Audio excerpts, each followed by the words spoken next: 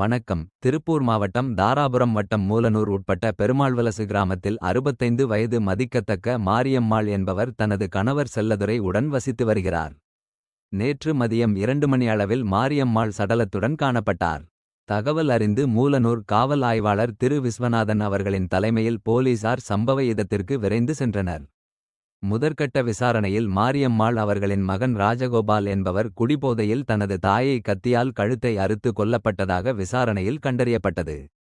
மேலும் திருப்பூர் மாவட்ட துணை கண்காணிப்பாளர் திரு சுரேஷ்குமார் அவர்களின் மேற்பார்வையில் மூலனூர் காவல் ஆய்வாளர் விவேகானந்தன் மற்றும் காவல் உதவி ஆய்வாளர் பாலமுருகன் மோப்ப நாய் டெவில் உதவியோடு கொலையாளி ராஜகோபாலை பிடித்து தாராபுரம் கிளை சிறையில் அடைத்தனர். மேலும் இந்த கொலைக்கான காரணத்தை போலீசார் விசாரணை மேற்கொண்டு வருகின்றனர்.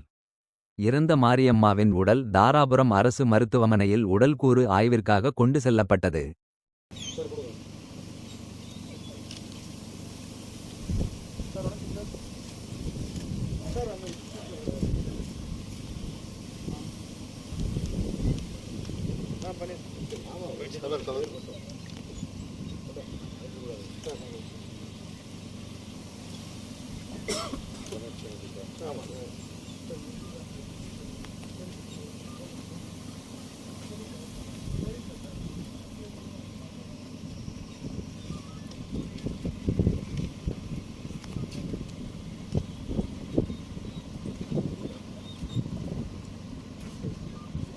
இது யார் ரிப்போர்ட் யார்